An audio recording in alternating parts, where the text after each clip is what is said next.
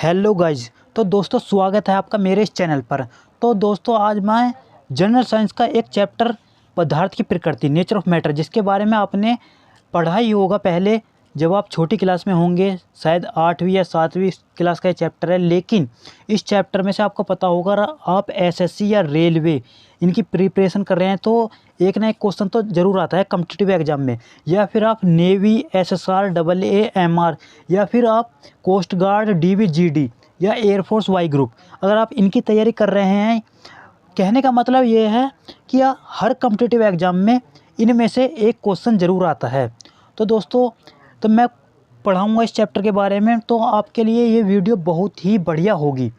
तो मैं इस तरीके से समझाऊँगा कि आपने इससे पहले कहीं नहीं सीखा होगा ऐसा तरीका। तो दोस्तों मैं MCQ मल्टीपल चॉइस क्वेश्चन के बारे में बात करूँगा, लेकिन पहले मैं इसकी थ्योरी पढ़ा देता हूँ। ठीक, तो मैं थ्योरी थोड़ी जल्दी ख़त्म करूँगा और थोड़ी जल्दी तरीके से समझाऊँगा, तो ठीक है। फिर इसके बाद MCQ क्वेश्चन स्टार्ट करेंगे।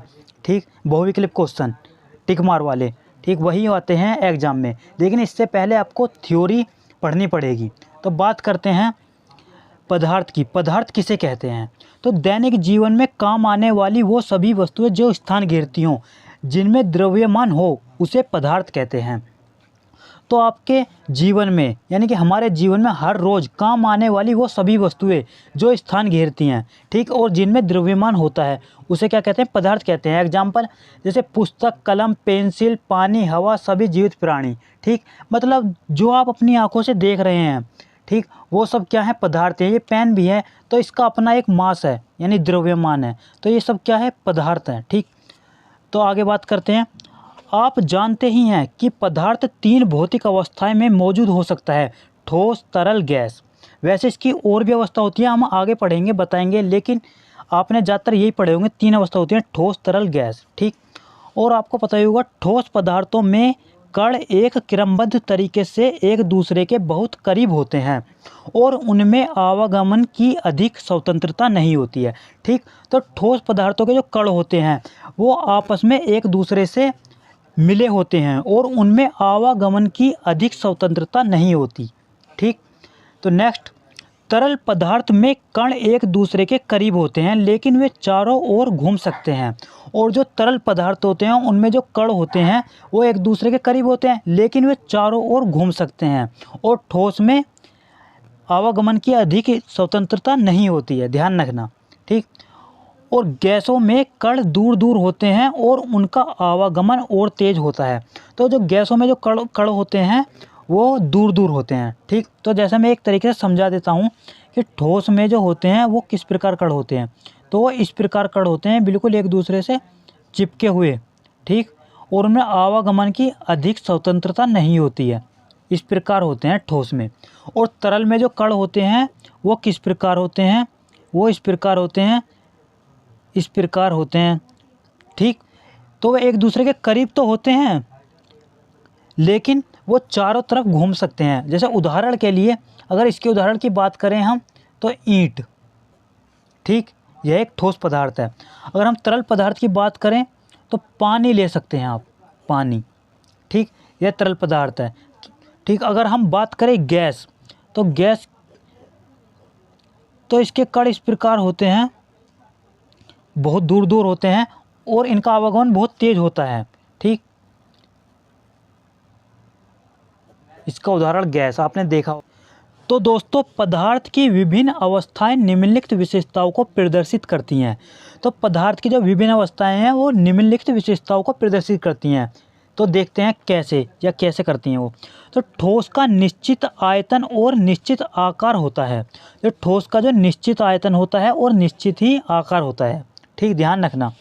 और बात करें तरल पदार्थ की निश्चित मात्रा होती है लेकिन निश्चित आकार नहीं होता है।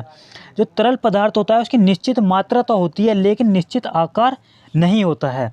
जिस बर्तन में उन्हें रखा जाता है वे उसी को आकार ले लेते हैं, वे उसी का आकार ले लेते हैं। तो तरल को जिस बर्तन में रखा जाता है वो उसी का आकार ग्रहण कर लेते हैं, ध्यान रखना। तो अब पानी है, पानी को अगर हम किसी बर्तन में हम डालेंगे तो वह उसी का रूप धारण कर लेगा। ठीक, गैसों की न तो निश्चित मात्रा है और न ही निश्चित आकार। जिस बर्तन में इनको रखा जाता है वे पूरी तरह से कब्जा कर लेते हैं, ठीक। और गैस की निश्चित मात्रा नहीं है और ना ही निश्चित आकार है, ध्यान रखना। आगे बात करते हैं, जब कभी तीनों अवस्थाएं एक रूप से दूसरे रूप में बदलती हैं, किसकी वजह से बदलती हैं? तो वो बदलती हैं तापमान और दबाव, ठीक। तो ये मोस्ट इम्पोर्टेंट क्वेश्चन है, ध्यान रखना। ये पूछ लिया जाएगा एग्जाम में, जब कभी तीनों अवस्थाएं एक रूप से दूसरे रूप में बदलती हैं तो किसकी वजह से बदलती हैं? तो हमेशा ध्यान रखना तापमान और दबाव की वजह से, ठीक। और ये मोस्ट इम्पोर्टेंट क्वेश्चन है, ये आ जाता है।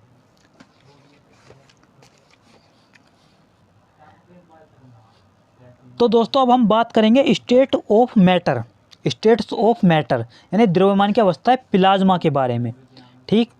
तो ये भी आपने इससे पहले पढ़ी है, यानी कि मैटर की, पदार्थ की 3 अवस्था होती हैं, ठीक।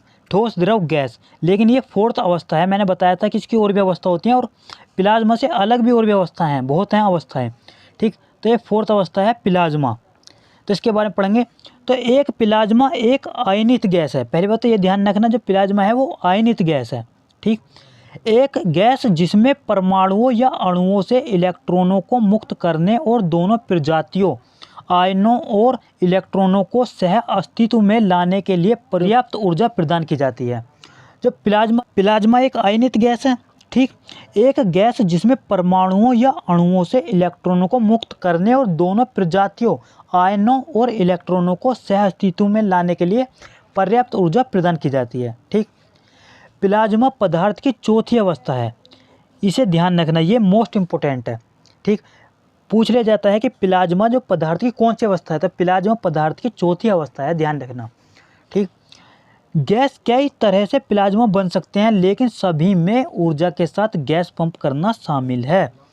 तो गैस जो है वह कई तरह से प्लाज्मा बन सकते हैं, लेकिन सभी में ऊर्जा के साथ गैस पंप करना शामिल है, ठीक। अगर हम बात करें प्लाज्मा के एग्जाम्पल, ठीक, तो प्लाज्मा का जो एग्जाम्पल है वो है लाइटनिंग यानी बिजली का कड़कना, या सन, या नियॉन लाइट्स। नियॉन लाइट कहते हैं जैसे चमकीली लाइट या रंग बिरंगी लाइट होती हैं, जैसे क्लब में, डांस क्लब में देखी जाती हैं या शादी में कहीं लगाई जाती हैं, ये अरोरास, ठीक। तो लाइटिंग, बिजली का कड़कना, सन, नियॉन लाइट्स, अरोरास, ध्यान रखना, ये इसके एग्जाम्पल हैं।